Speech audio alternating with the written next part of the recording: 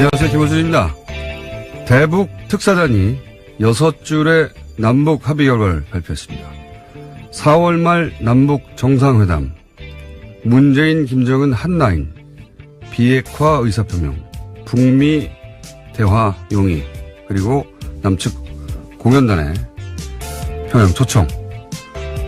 하나같이 기대 이상의 성과입니다만 특히 한반도 비핵화는 선대의 유언이라고 밝힌 대목이 중요합니다. 비핵화 없는 항구적 평화체제는 불가능하죠. 한반도는 75년째 정전 상태입니다. 전쟁을 일시적으로 멈춘 상태. 전쟁이 끝났다는 선언을 무려 75년 동안이나 유예하고 있는 거죠. 미국이 그 긴 세월 동안 평화협정을 체결해 주지 않고 있습니다.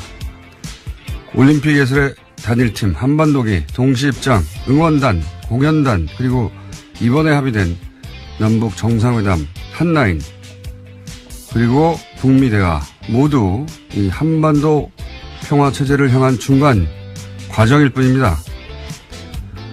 그동안 기회가 전혀 없었던 건 아니죠. 2번의 정상회담이 있었습니다. 이번이 정말 어렵게 찾아온 3번째 기회죠. 이 3번째 기회는 절대 놓치지 말자. 이 기회를 방해하는 자는 결코 용서하지 말자. 김어준 생각이었습니다.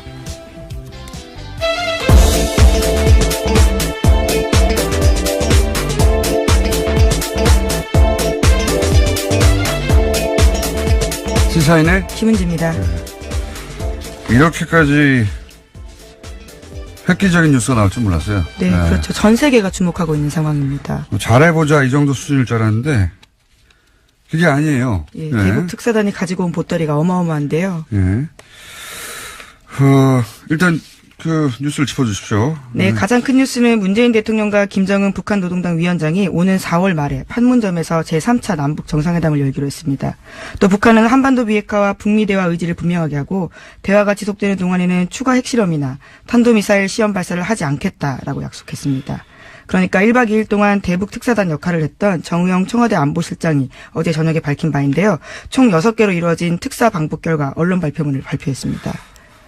이게 요즘 하도 뉴스도 많고, 예.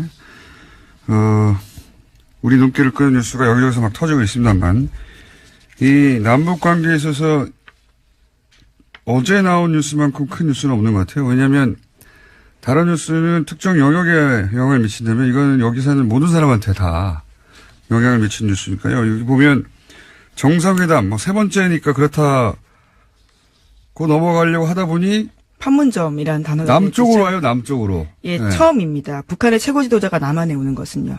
그러니까요. 지금 김일성, 김정은, 김정일 시대에 이래 75년 만에 처음으로 내려오는 거거든요. 예, 남쪽의 판문점에서 한다. 그리고 한라인이 있긴 있었어요. 근데 지금 이 한라인은 문재인, 김정은 다이렉트 라인이에요. 네, 이제 그것을 설치하고요. 남북 정상회담 전에 첫 통화를 하겠다라고도 밝혔습니다. 네. 그리고 이 두 가지는 그나마 예상됐던 사안인데 예상이 안 됐던 사안이 뭐냐면 물론 남측에서 한다는 거는 아마 이제 그 판문점을 넘어서 이제 그 군사병력을 넘어오는 장면은 굉장히 역사적인 장면이 될 것으로 보이는데요. 예. 거길 넘어올 거 아닙니까? 네, 그렇죠. 예, 굉장한 장면이 될 것 같고 예상치 못했던 건 뭐냐면 이제 비핵화 얘기예요. 비핵화 얘기. 선대 유언이다. 저희가 잠시 후 정세현 장관과 이 문제 자세히 짚어보겠지만 굉장히 획기적입니다. 비핵화. 그리고 체제 보장되면 핵을 우리가 가지고 있을 이유가 뭐가 있어. 이런 이야기. 또 예기치 못했던 게 뭐냐면은 앞으로 이제 4월에 네, 한미 관련된 군사훈련이 군사훈련 있으면 긴장이 고조되고 북한이 그러면 미사일 또 쏘고 이거 어떻게 할 거냐. 연기하자 말자 얘기하고 했었거든요. 연기를 할 수 있느냐 아니냐 막 얘기했는데 군사 훈련 하라는 거 아닙니까, 지금?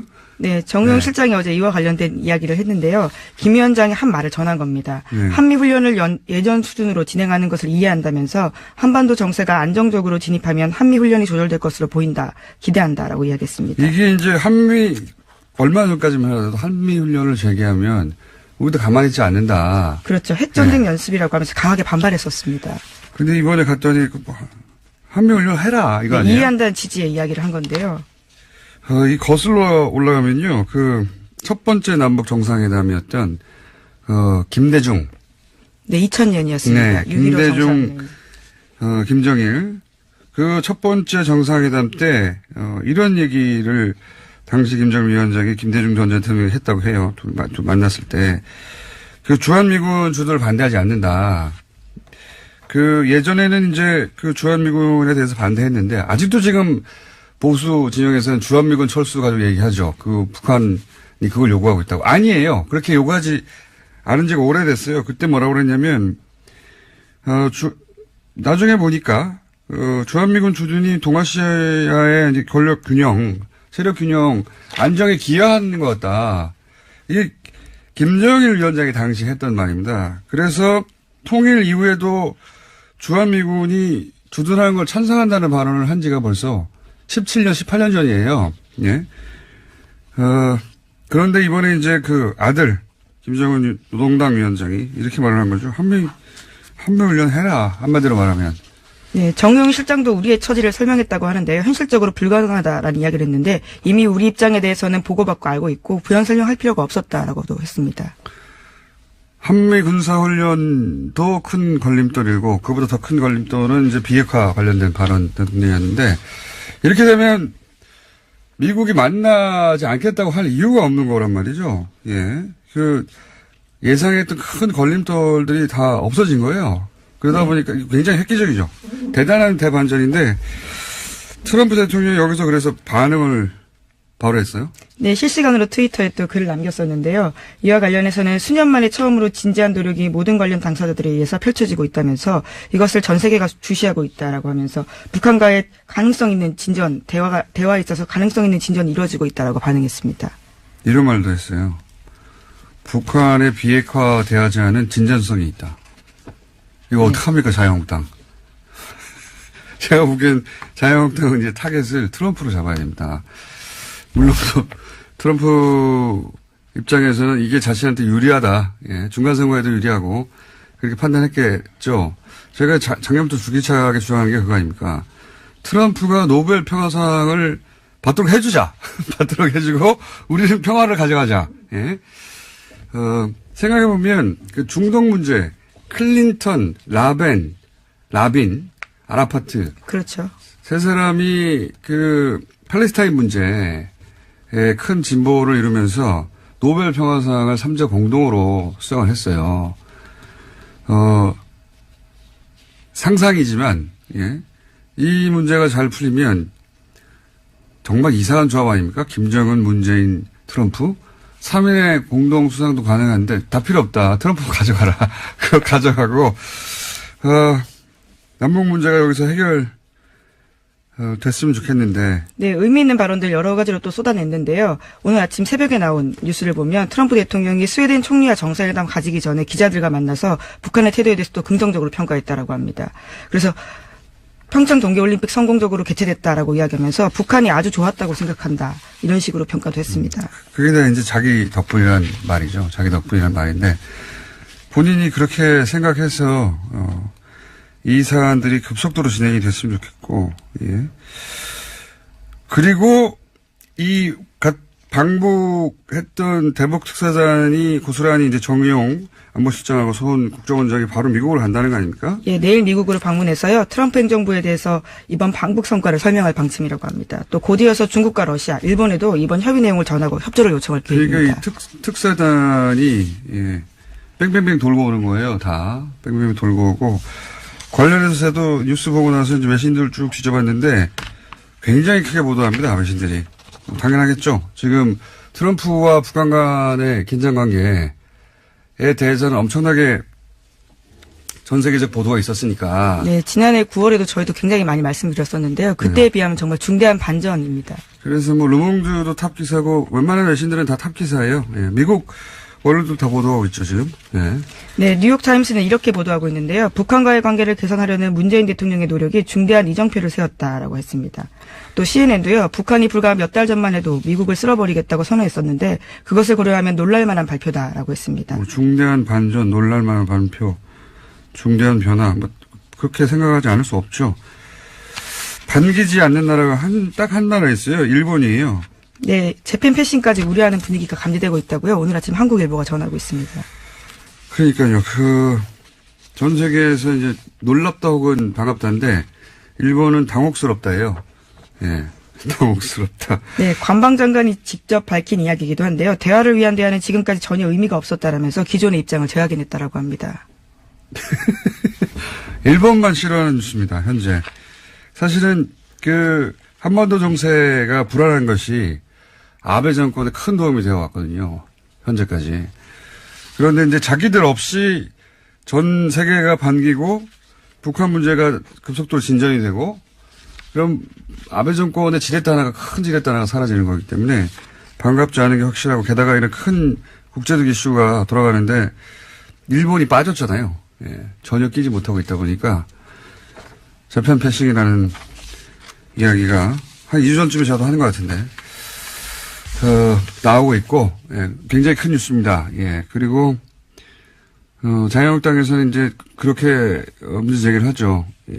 조건부 합의에 불과하지 않느냐 뭐 이런 비판도 있더라고요. 네, 오히려 핵보유국 지위를 인정했다라는 식의 주장도 펼치고 있습니다. 그거는 말이 안 된 것 같고요. 예. 조건부에 불과하다는 이야기는 이게 월세 계약서도 구석구석 조건으로 가득 차 있습니다. 한 장짜리. 조건이 없는 계약서가 어디 있어요. 협상이 당연히 조건이 있죠. 예. 무조건은 주인하고 노예나 있는 겁니다.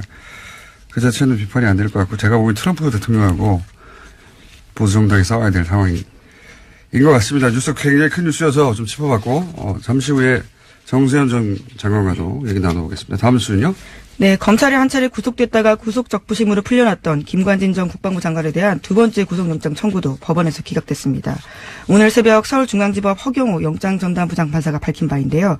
허 부장판사는 종전에 영장이 청구된 사실과 별건인 본건의 범죄 사실에 대해서 다툴 여지가 있다면서 이미 진행된 수사와 수집된 증거의 내용으로 볼 때 피의자가 도망하거나 증거를 인멸할 염려를 인정하기 어렵다라고 밝혔습니다. 김관진 전 장관이 전 안보실장이 기각됐다. 예. 네, 두 번째는 아니고요. 정확히는 첫 번째 영장은 나왔었는데 구속적부심으로 나왔고요. 이번에 또 두 번째 영장은 또 그렇죠. 기각됐습니다. 세 번째 영장 청구가 들어갈 것 같다. 저는 그렇게 생각이 듭니다. 네, 검찰이 현재 반발하고 있는 중입니다. 자, 그렇고요. 다음은요. 네, 관련된 뉴스가 하나 더 있는데요. 이명박 정부 시절에 기무사가 대통령 비난 댓글을 단 민간인 누리꾼 정보를 불법으로 수집하고 신원을 파악했다라고요. 어제 KBS가 보도했습니다. 이에는 민간 포털 사업자도 동원됐다라고 하는데요. 이 모든 내용들은요. 또 기무사 문건에 나와 있다고 합니다.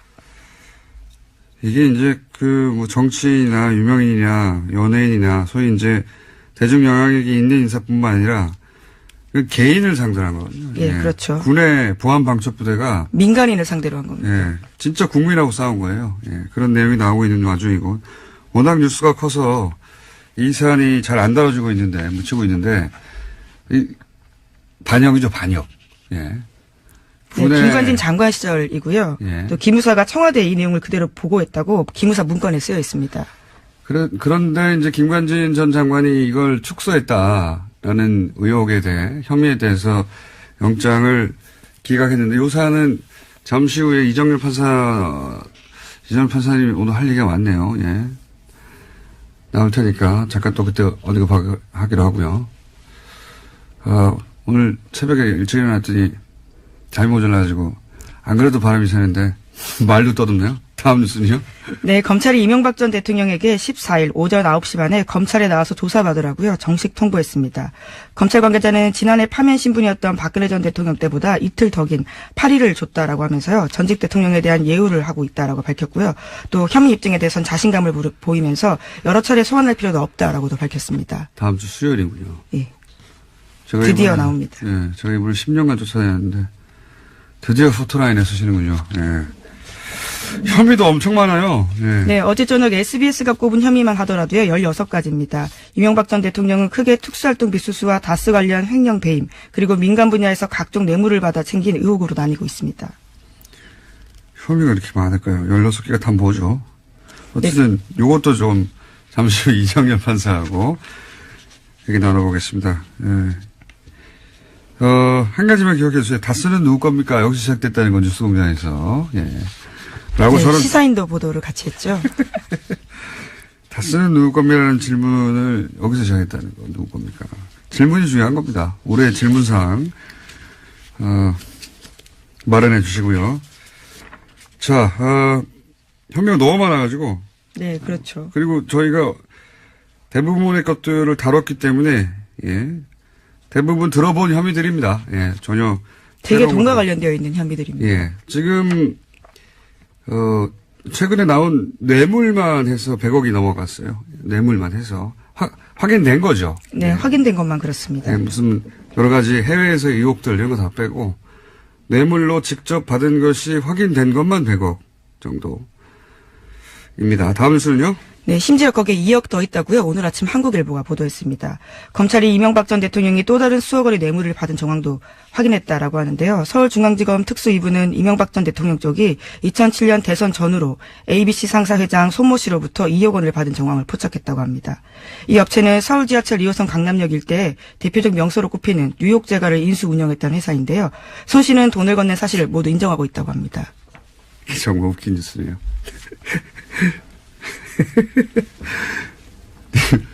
빵집 아닙니까?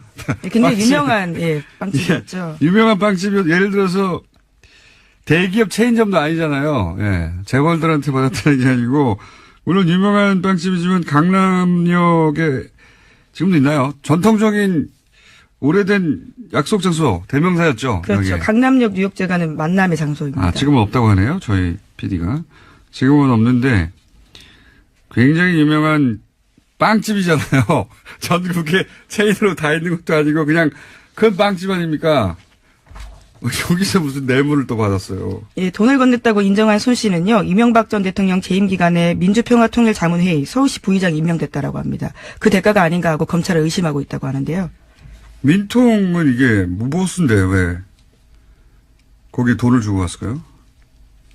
또 거기다가요, 부의장이 임명된 뒤에는 국민훈장 모란장을 받았다라고도 하는데요. 여러 가지 대가성이 있지 않았냐라고 의심하고 있는 상황이라고 합니다. 아니 이 자리가 가서 돈 버는 자리가 아니라고요.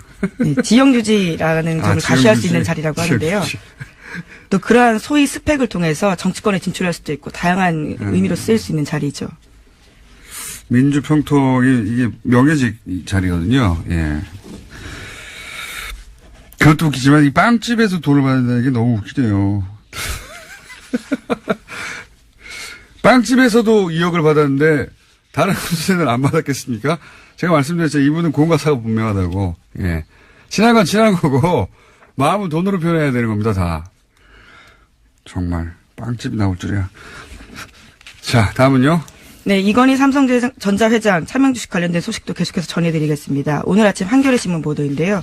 금융당국이 이건희 회장의 본인의 차명 계좌에 보유하고 있던 계열사 주식을 처분하는 과정에서 지분 공시를 제때하지 않았거나 누락했다는 혐의를 포착하고 조사에 들어갔다라고 합니다. 아, 이제야 하는 거군요. 예. 이거 뭐 10년 전에 했어야 될 내용인데 지금 조사하면 뭐합니까 이제.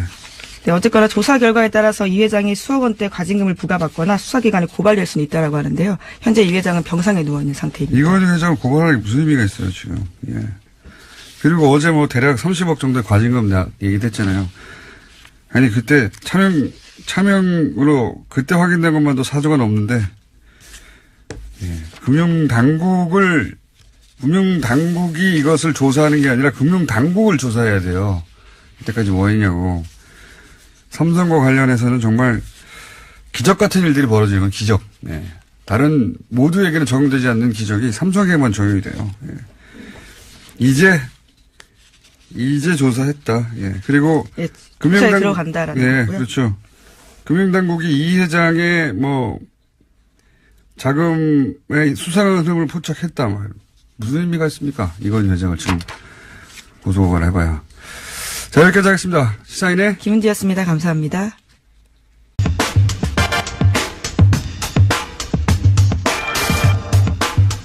모두에게 충격을 안긴 사건이죠. 안희정 전 지사 사건. 이제는 이제 형사적인 관점에서 이 사안이 어떻게 진행될 것인가 이야기가 많습니다. 법인 동안의 이정열 전 판사님 나오셨습니다. 네. 안녕하십니까. 저희가 이제 정치적 권력형 비리에 대해서만 항상 다루다가, 근데 이건 권력형이기 때문에. 그렇죠. 예. 역시, 다뤄야 될 사건이 됐습니다. 워낙 주목도도 크고요. 예. 자, 제가 어제 이제 잘 모르는, 짧은, 예. 그러나, 이 사법기관이라든가 이런 데 많이 들락거리는 사람으로서 이것은 업무상 위력에 의한 간음 정도로 형법으로는 다뤄지지 않겠냐. 이 정도 얘기했습니다. 예. 정치적으로는 도덕적으로는 윤리적으로는 이제 끝난 사건이에요. 사건 자체는. 이제 앞으로 남아서 진행될 이야기들은 그러면 민사적으로 형사적으로 이런 얘기가 나올 텐데 우선 이게 맞습니까? 현재 주어질 수 있는 혐의가 업무상 위력에 의한 간음? 그렇죠. 공장장님께서 정확하게 항상 말씀하시잖아요. 그러니까 비교적 그렇습니다. 네. 저는 아주 그러신 것 같습니다. 그렇죠. 아주 정확하게. 예, 발음만 빼고 대부분 정합니다. 예. 언론에서나 일부 어디서 이제 위계에 의한 것이 이제 중점이다라는 식으로 얘기는 나오는데, 그러니까 위력, 위계 이게 다 어려운 한자말이어서. 그렇죠. 예. 간단하게 그냥 말씀드리자면 위력은 일종의 좀 겁을 주는 협박이랑 비슷한 개념이라고 생각하시면 되고, 그다음 위계는 속이는 거예요. 사기친다라고 하는 개념이면은 거의 비슷합니다.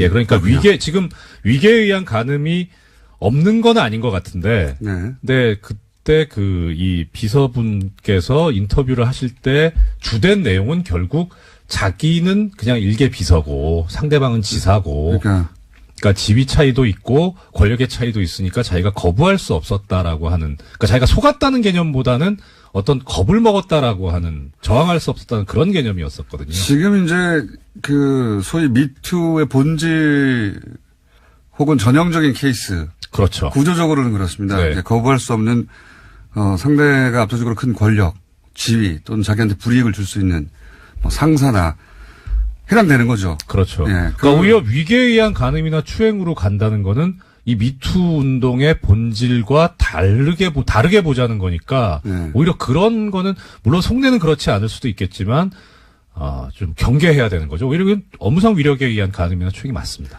그러니까요. 지금은 권력자 정치인과 그 수행 비서의 관계가 있기 때문에 이 둘 사이에 발생한 일이고, 그래서 저는 이제 위력이라고 봤어요. 네. 법조인은 아니지만. 정확하시다니까요. 네. 제가 좋아할 일은 아닌 것 같습니다만, 어쨌든, 그런 상태인데, 여기서 한번 이제 따져보겠습니다. 네. 우리 이제 용어들 막 혼동해 쓰는데 간도 있고, 네. 간음이란 다 좋은 단어는 아닙니다만, 네. 있고, 추행도 있고, 여러 가지 다양한 언어들이 등장하잖아요. 성폭행도 있고. 네. 법률적으로 이게 구분이 됩니까? 법률적으로는 성폭행이라는 용어는 안 쓰고 성폭력이라는 용어가 있는데요. 네. 성폭력이라는 용어 안에 포섭되는 게 법적으로는 강간하고 추행이 있습니다. 강간과 추행. 예. 그러니까 이제 우리 보도상으로는, 언론상으로는 이제 이게 좀 너무 단어가 강한 느낌을 가지고 있으니까. 강하죠, 성폭행, 성추행 이렇게 좀 순화해서 표현을 하자라고 하는데 성폭행은 강간과 같은 개념이고 그렇죠. 성추행은 그야말로 추행이고요. 강제추행과 같은 개념인데 이 차이는 그겁니다. 법정 용어니까 성교행위가 있었느냐 아니냐에 따라 달라집니다. 성교행위가 있었으면 그러면 간음행위, 강간행위가 되고 없었으면 이제 추행이 되는 거고요. 네. 저희가 대부분 사회사건에 나오는 이야기라 네. 사회부에서 다룰 내용이라 저희는 다룬 적이 없는 영역이긴 한데 이건 어쨌든 정치인이 연루됐기 때문에. 예, 그렇습니다. 자, 그러면 아까도 말씀드렸지만 정치적으로 도덕적으로 윤리적으로는 끝난 사안입니다. 네. 대중들의 판단도 끝났고. 그런데 이런 얘기를 했어요. 처음에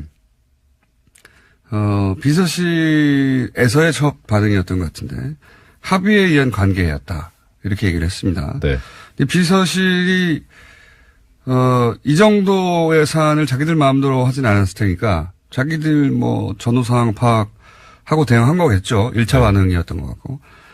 근데 그 안 전 지사 본인은 사퇴, 뭐 정치 중단 이런 거 얘기하면서 그 비서실 입장에 대해서 잘못됐다고 표현했어요. 잘못됐다. 네. 이게 본인에게는 직접 확인이 전혀 안 되고 있기 때문에, 예. 그 주변에 이제 연락해서 저도 좀 취재를 해봤어요. 어떤 의미냐, 이거에. 네. 뭐 본인이 아니니까 정확하게 아무도 말할 수는 없는데, 제가 알아본 결과로는 일단 법적으로 뭐, 인정했다기보다는 정치도의적으로 사과하는 차원에서 나온 발언이다. 네네. 는 정도로 이제 1차적으로는 제가 이해를 했는데, 이게 뭐, 정치적으로나 윤리적으로는 쟁점이 될 수 없는 대목인데, 법률적으로는 쟁점이 될 수 있는 대목 아닙니까? 본인이 성폭행을 인정했다는 거하고, 예. 그것이 합의에 의한 관계를 주장하는 거하고는 완전히 다른 얘기 아닙니까? 그건 다르죠. 네. 네.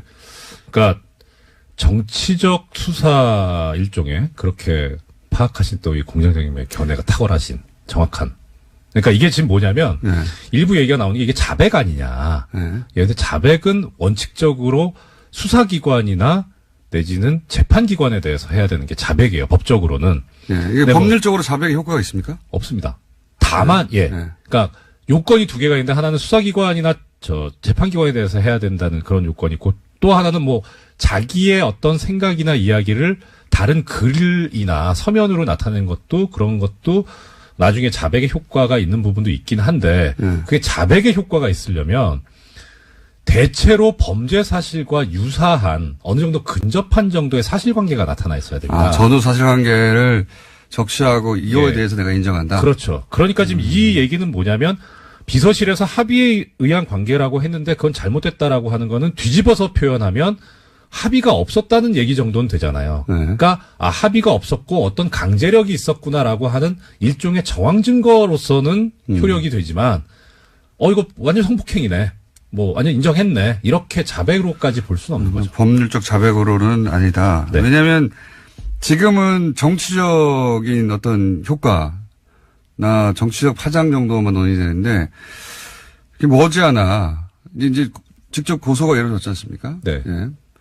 이게 머지않아 후토라인에 서게 돼 있어요. 당연히 원하든 원하지 않든.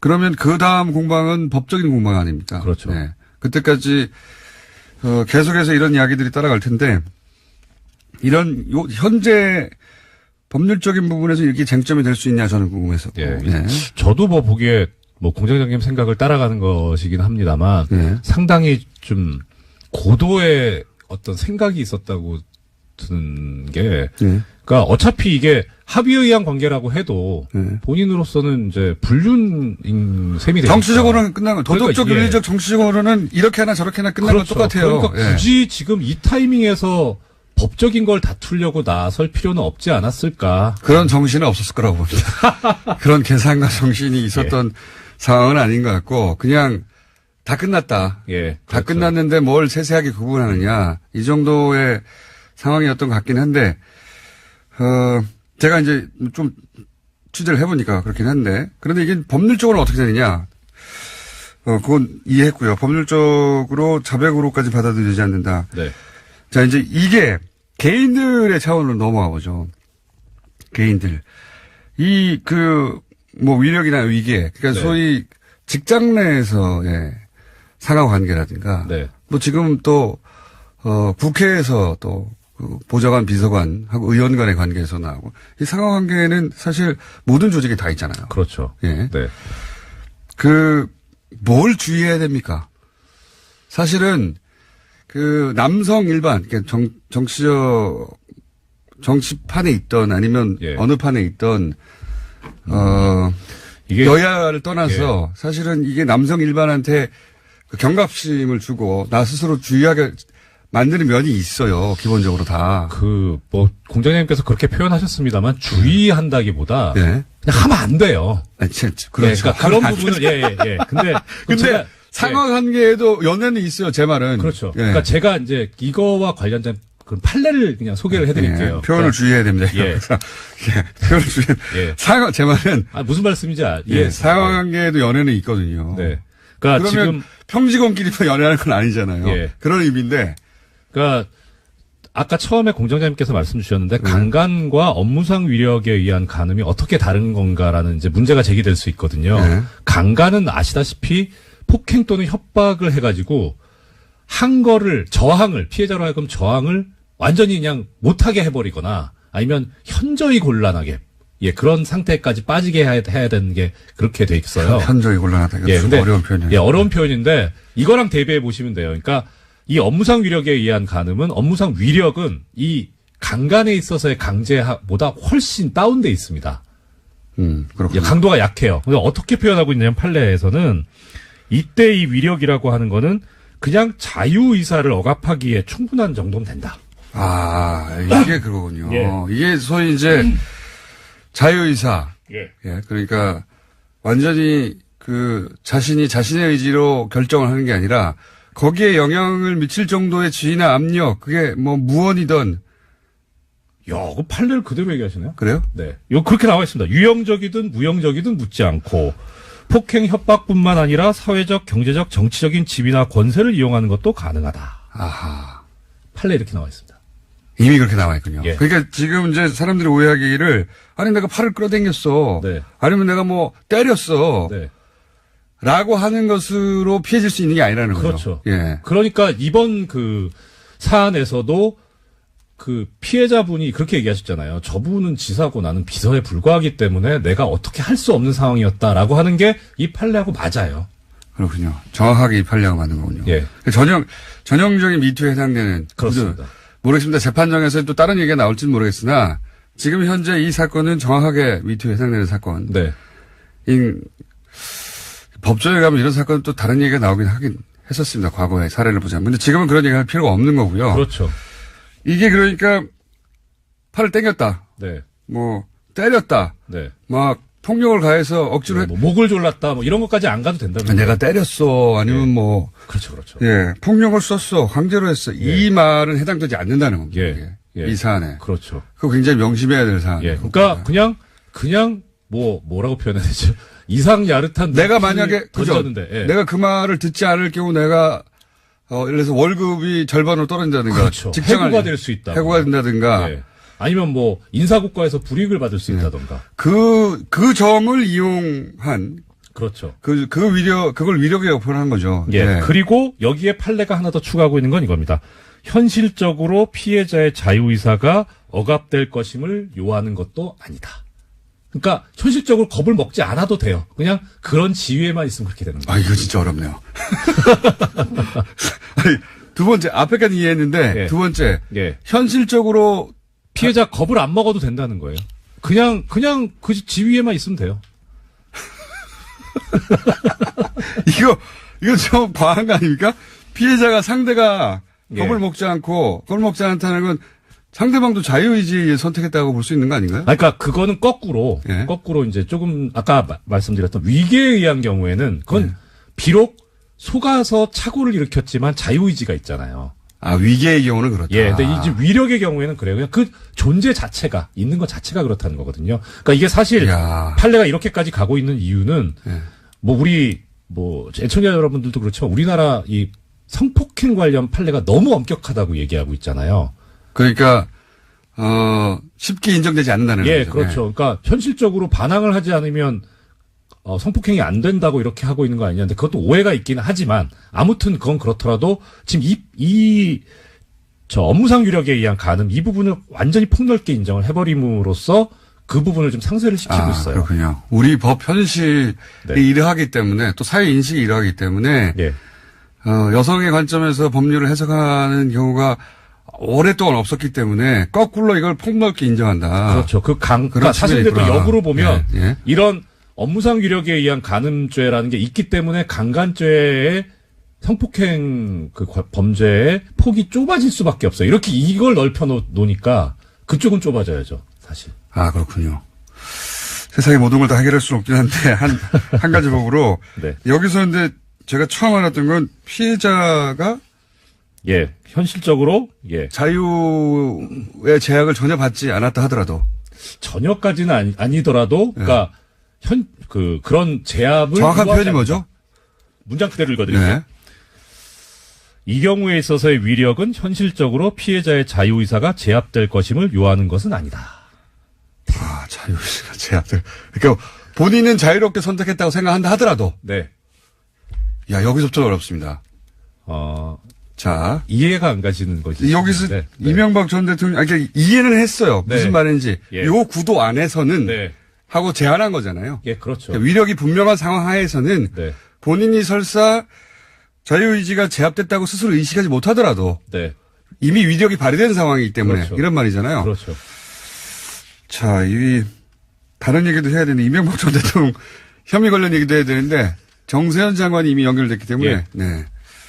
일단 여기서 끝내고 다시 한번 해야 될 것 같습니다. 네. 이명박 전 대통령 혐의는 내일은 모레 다루겠습니다. 여기까지 하겠습니다. 이정효 전 판사였습니다. 네, 고맙습니다.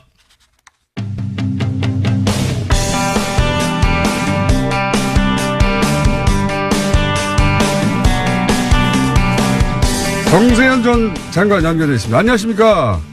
예, 안녕하세요. 네. 이 정도는 장관님 그 예상도 뛰어넘은 거 아닙니까? 예, 아닙니까? 다 예상하셨어요, 혹시? 잘 됐어요. 예. 예. 이게 굉장히 파격적인 이야기들이 오갔습니다, 보니까. 예. 예. 남북 정상회담 얘기보다도 나는, 미북 대화가 가능한 그런 조건이 갖춰졌다는 사실. 예. 그거에 주목하고 싶습니다. 왜냐하면 미북 대화가 되지 않으면은 우리 국민 정서도 그렇고 국제 분위기도 그렇고 남북 정상회담 못해요. 그러니까 그렇죠. 그렇기 때문에 문 대통령이 정상회담 제안을 받고 지난번 2월 10일 날 여건을 조성해 가면서 성사시키자 이렇게 답변하지 않았어요. 바로 네. 그 여건 조성을 이번에 해가지고 온 겁니다. 그러니까 물론 이제 방북 결과를 내일 정의용 실장과 서동훈 원장이 같이 가서 트럼프 대통령한테 설명을 한 뒤에 결론이 나오겠지만 네. 아마 이 정도 비핵화하겠다, 선대 유언이다 비핵화는, 그리고 회담이 계속되는 동안만큼은 핵실험과 미사일 발사를 하지 않겠다는 일종의 그 조건부 유예지만 모라토리움을 선언한 것은 미국으로서 미북 대화를 비켜갈 수 없는 그런 정도의 적극적인 자세고 커다란 양보라고 저는 해석을 합니다. 미국으로서도 안 할 이유가 없는 거죠. 이 정도 되면. 예. 안 할 이유가 없는 건 이 정도 되면 이제 도망 못 가요. 맞습니다. 핑계 댈 것도 없어요. 허라는 거 다 했는데 뭐 어떻게 하고 있어요. 그렇습니다. 그리고 그 이상 어떻게 해요? 좀 더 구체적으로 들어가 보자면 처음으로 남쪽으로 온다. 그렇지 않습니까? 판문점 평화의 집은 남쪽이에요. 그러면 이제 군사분계선을 처음으로 넘어야 됩니다. 그렇죠. 이것도 대단히 큰 의미가 있지 않습니까? 대단히 큰 의미가 있죠. 그러니까 53년 7월 27일 날 정전협정이 체결된 뒤에 생긴 군사분계선 예. 그걸 넘어오는 북쪽의 최고 지도자. 예. 최초죠, 김정일 최초. 처음이죠. 김정일도 못 왔었고 김일성도 못 왔었고. 못 왔고 안 왔죠. 예. 그러나 이번에 처음이고. 근데 이제 서울까지 오면 더 좋은데 예. 우리는 평양까지 갔으니까. 근데 저 사람들이 김정일 위원장이 서울 답방 문제를 놓고 여기 와서 가능성을 조사를 한 적이 있었습니다. 그때 나온 얘기인데 자기네들은 여러 가지 경호상의 어려움 점이 없지만은 네. 통제가 되니까 예. 남쪽은 그게 안 되지 않습니까? 이거 가지고 무슨 망신을 당할 줄 알고 서울로 가시라고 하겠습니까? 그러니까 차라리 무슨 제주도는 할 수 없겠는가 해서 서귀포까지 간 적도 있었고 가본 적도 있었고 그런 타진을 안 한 건 아니었군요, 그동안. 2002년 말 2003년 초에는 제3국에서 블라디보스토크에서 만나면 어떠냐 약속은 지켜야 되겠고 예. 그렇기 때문에 그런 제안도 있었는데 그때 판문점을 생각했더라면 참 좋았을 텐데 그러니까 2000년 정상회담 이후에 이게 네. 군사분계선을 넘어오는 장면은 아주 역사에 남을 장면이 될 것 같습니다. 예. 그렇죠. 그러면 더구나 거기서 회담을 한다는 것은 남북 간에 남북이 지금 이런 현실에서 살고 있다. 네. 저는 그것이 전 세계에 알려지는 셈이 되고, 그 다음에 저는 어저께 그 얘기를 들으면서 옛날에 동서독이 관계 개선을 시작할 때 국경 바로 건너 정거장에서 처음에 했었죠. 에어프루트라는 역에서, 동독 쪽에 에어프루트라는 역에 가서, 아하. 에어프루트 역에 가서 프랑스 수상이, 서독의 프랑스 수상이 동독의 공산당 서기장하고 회담을 했고, 예. 그 다음에 거기에 대한 답방 형식으로 2차 정상회담을, 동서독 정상회담을, 서독으로 넘어와서 바로 이 역에 카셀이라는 역사에서 회담을 한 적이 있었습니다. 저는 어저께 그 합의 결과를 보고, 이게 에어프루트 카셀 회담하고 많이 비슷하다. 그렇게 되면 우리도 다음번에는, 판문각 뒤에 있는 통일각에 가서 정상회담을 한번 해야 될 것 같아요. 그렇겠네요. 이것도 굉장히 큰 의미가 있는 것 같은데, 대단한 의미가 있는 것 같은데, 이제 선친의 유언이다. 유언이 아니라 유지다. 네. 그러면서 한 발 더 나가서 이제, 군사훈련 재개해도 괜찮다. 여기까지 갔지 않습니까? 그것도 큰 거예요. 그러니까. 비핵화하고 군사훈련 재개까지 다 묶어서, 네. 이게 시비 걸 수 없을 만큼 다 가버렸어요. 그죠? 그렇죠. 그러니까 예년 수준으로 한다면, 예년 수준이라는 얘기가 아마 작년에 엄청나게 했어요. 괌에서 B1, B가 뜨고 이른바 전략 자산이 그냥 왕창 떠가지고 북한을 정말 겁나게 했는데, 예. 이번에는 그러니까 그런 거 안 나오고 그냥, 하려면, 병력 훈련, 그러니까 재래식 병기를 가지고, 그 다음에 또 규모도, 병력 규모도 그렇게 크지 않게 하는 거야. 우리가 참을 수 있다. 그 대신 그런 만큼 대담하지 않은 얘기예요. 맞습니다. 이제 대화의 전제 조건으로 삼았던 것들이, 그리고 그 전제 조건이 굉장히 해결하기 어려울 것이다. 라고 했던 것들이 이제 걷어졌습니다. 이렇게 되면. 북한으로서는 미국과 반드시 대화하고 싶다. 이런 거 아니겠습니까? 그렇죠. 바로 그겁니다. 그러니까 그만큼 대화를 저시 필요하기 때문에 이렇게까지 나왔는데, 이걸 계기로 해서 미국 간에도 대화가 시작이 되고, 그 다음에 또 정상회담도 되고, 또 북핵 문제가 기본적으로 해결되려면 특히 비핵화 프로세스와 평화협정이 동시에 진행이 되려면 육자회담이 열려야 돼요. 예. 육자회담이. 그러니까, 이거 지금 미국 설명 끝나고 정의용 실장은 중국 러시아를 가고, 서훈 원장은 일본을 가는 걸로 돼 있어요. 네.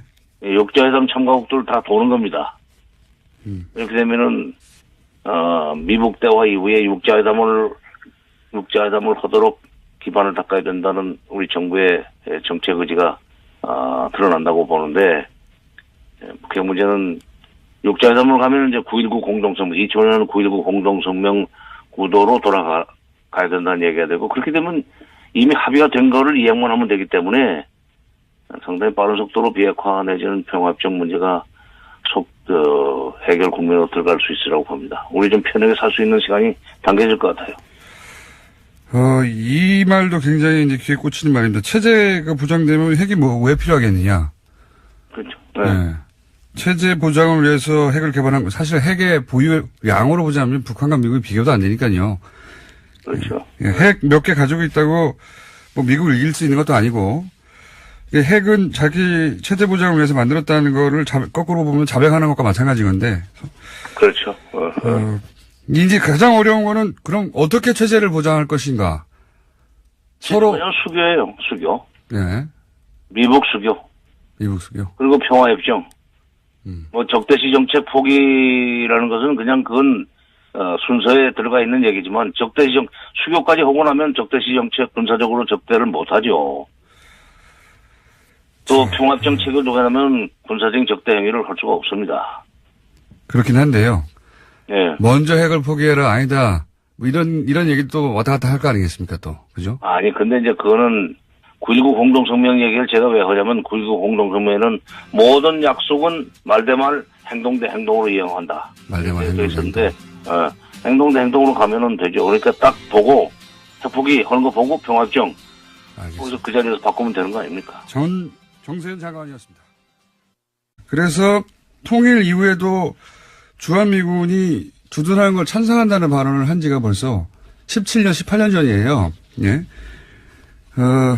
그런데 이번에 이제 그 아들, 김정은 노동당 위원장이 이렇게 말을 한 거죠. 한미훈련 해라. 한마디로 말하면.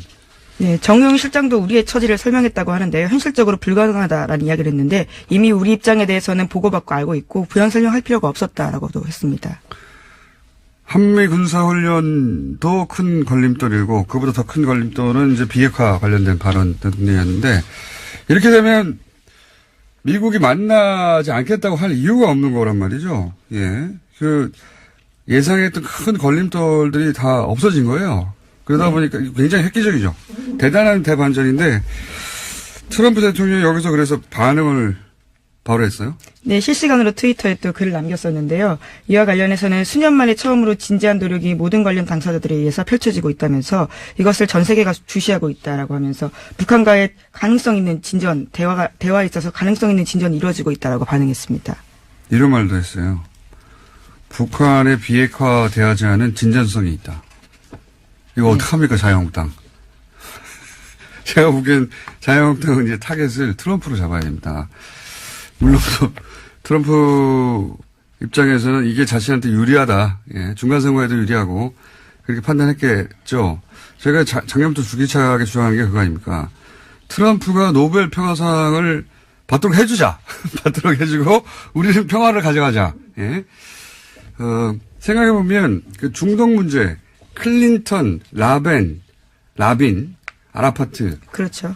세 사람이 그 팔레스타인 문제에 큰 진보를 이루면서 노벨 평화상을 3자 공동으로 수상을 했어요. 상상이지만, 예.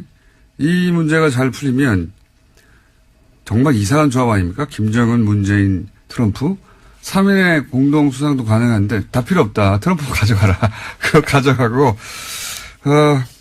남북 문제가 여기서 해결 됐으면 좋겠는데. 네, 의미 있는 발언들 여러 가지로 또 쏟아냈는데요. 오늘 아침 새벽에 나온 뉴스를 보면 트럼프 대통령이 스웨덴 총리와 정상회담 가지기 전에 기자들과 만나서 북한의 태도에 대해서 또 긍정적으로 평가했다라고 합니다. 그래서 평창 동계올림픽 성공적으로 개최됐다라고 이야기하면서 북한이 아주 좋았다고 생각한다. 이런 식으로 평가도 했습니다. 그게 다 이제 자기 덕분이란 말이죠. 자기 덕분이란 말인데 본인이 그렇게 생각해서 이 사안들이 급속도로 진행이 됐으면 좋겠고, 예. 그리고 이 방북했던 대북 특사단이 고스란히 이제 정의용 안보실장하고 손 국정원장이 바로 미국으로 간다는 거 아닙니까? 예, 내일 미국으로 방문해서요. 트럼프 행정부에 대해서 이번 방북 성과를 설명할 방침이라고 합니다. 또 곧 이어서 중국과 러시아, 일본에도 이번 협의 내용을 전하고 협조를 요청할 계획입니다. 그러니까 이 특사단이 예, 뺑뺑뺑 돌고 오는 거예요. 다 뺑뺑뺑 돌고 오고 관련해서도 뉴스 보고 나서 이제 외신들 쭉 뒤져봤는데 굉장히 크게 보도합니다. 외신들이.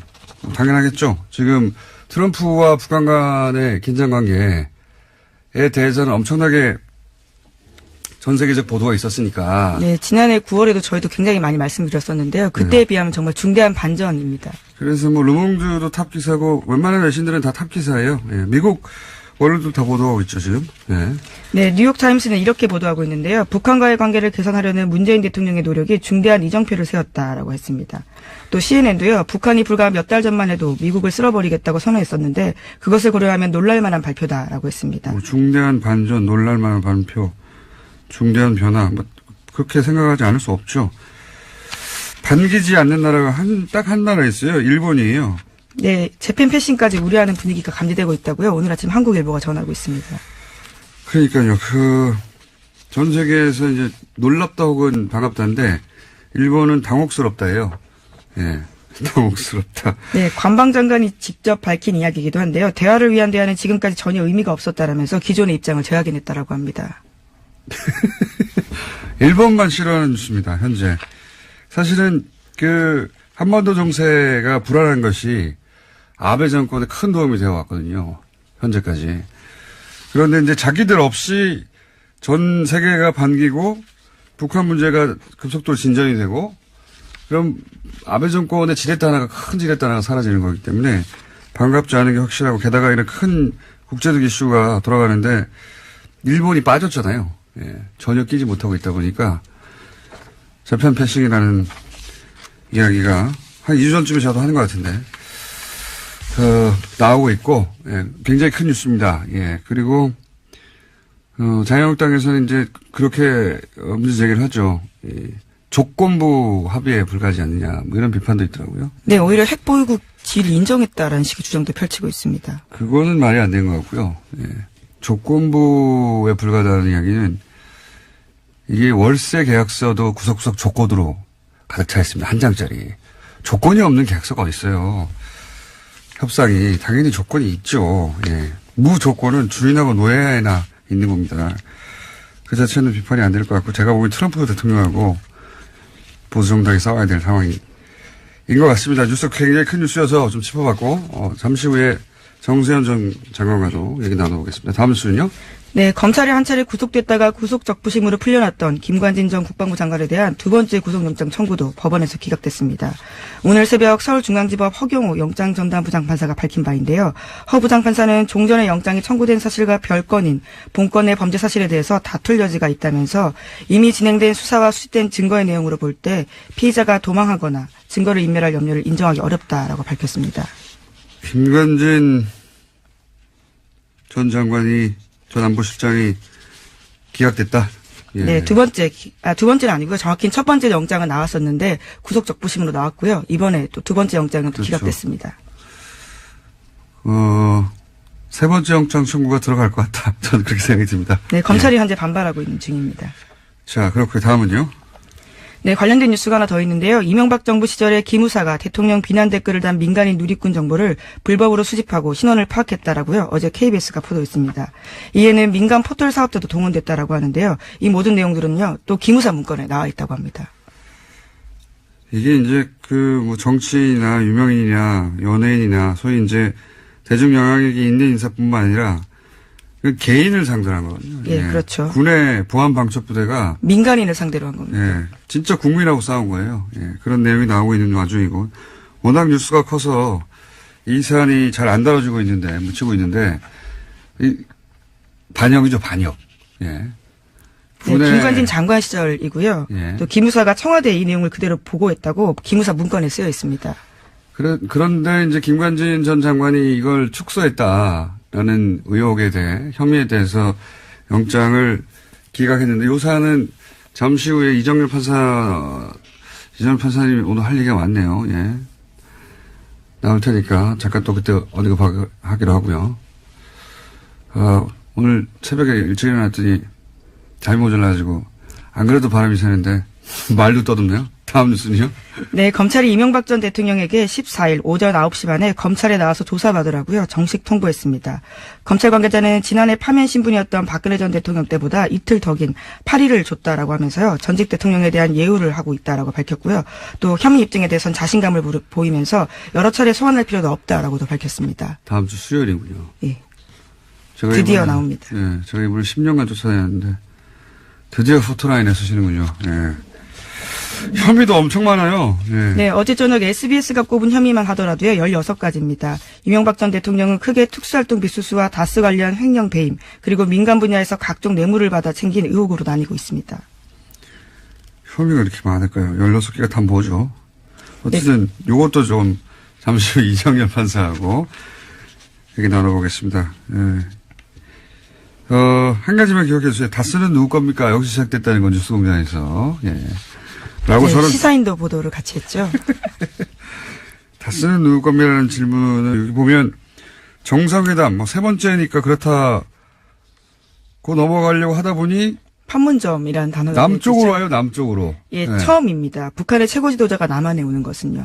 그러니까요. 지금 김일성, 김정은, 김정일 시대에 이래 75년 만에 처음으로 내려오는 거거든요. 예, 남쪽의 판문점에서 한다. 그리고 뭐 한라인이 있긴 있었어요. 근데 지금 이 한라인은 문재인, 김정은 다이렉트 라인이에요.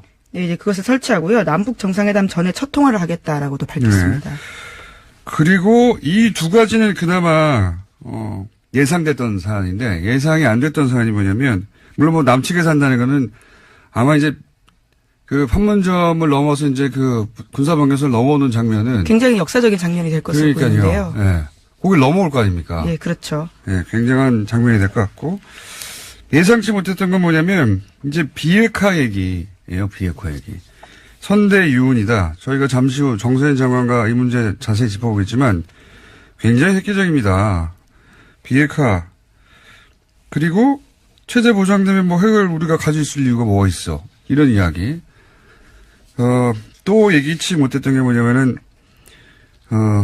앞으로 이제 4월에 네, 한미 관련된 군사훈련이 군사훈련 있으면 긴장이 고조되고 북한이 그러면 미사일 또 쏘고 이거 어떻게 할 거냐. 뭐 연기하자 말자 얘기하고 했었거든요. 연기를 할 수 있느냐 아니냐 막 얘기했는데 군사훈련 하라는 거 아닙니까 지금?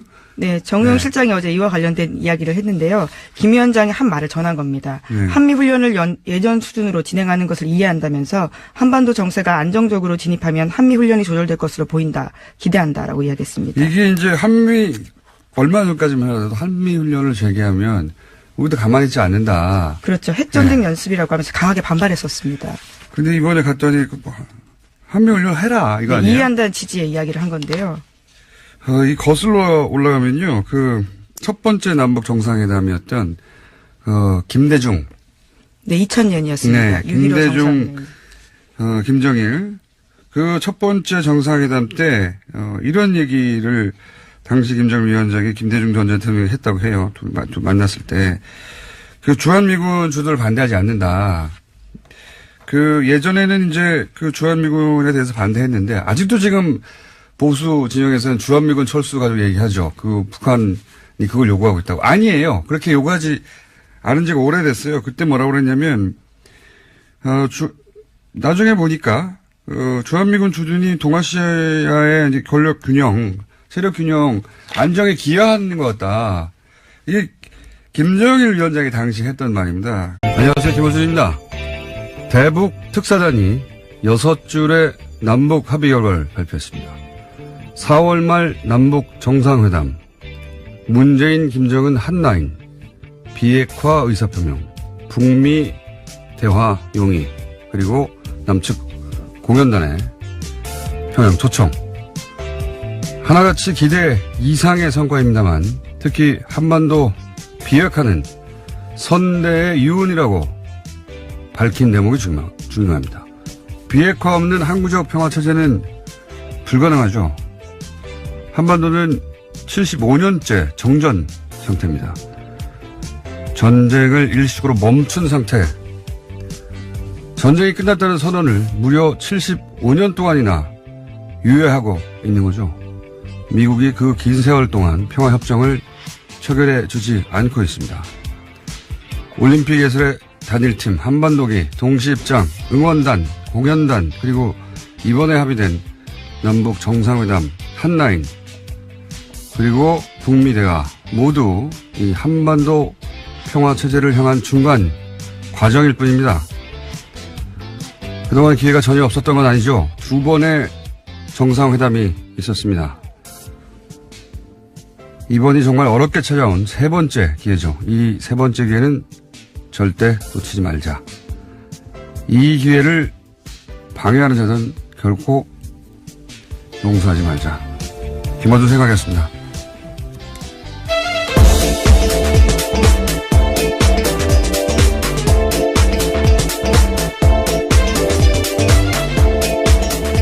시사인의 김은지입니다. 이렇게까지 획기적인 뉴스가 나올 줄 몰랐어요. 네, 그렇죠. 전 세계가 주목하고 있는 상황입니다. 잘해보자 이 정도 수준일 줄 알았는데 그게 아니에요. 예, 대북 특사단이 가지고 온 보따리가 어마어마한데요. 예. 일단 그 뉴스를 짚어주십시오. 네, 가장 큰 뉴스는 문재인 대통령과 김정은 북한 노동당 위원장이 오는 4월 말에 판문점에서 제3차 남북 정상회담을 열기로 했습니다. 또 북한은 한반도 비핵화와 북미 대화 의지를 분명하게 하고 대화가 지속되는 동안에는 추가 핵실험이나 탄도미사일 시험 발사를 하지 않겠다라고 약속했습니다.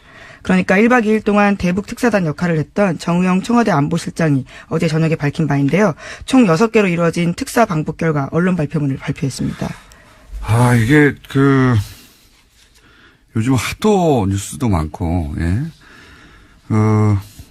우리 눈길을 끄는 뉴스가 여기저기서 막 터지고 있습니다만, 이 남북 관계에 있어서 어제 나온 뉴스만큼 큰 뉴스는 없는 것 같아요. 왜냐하면 다른 뉴스는 특정 영역에 영향을 미친다면 이거는 여기 사는 모든 사람한테 다 영향을 미친 뉴스니까요.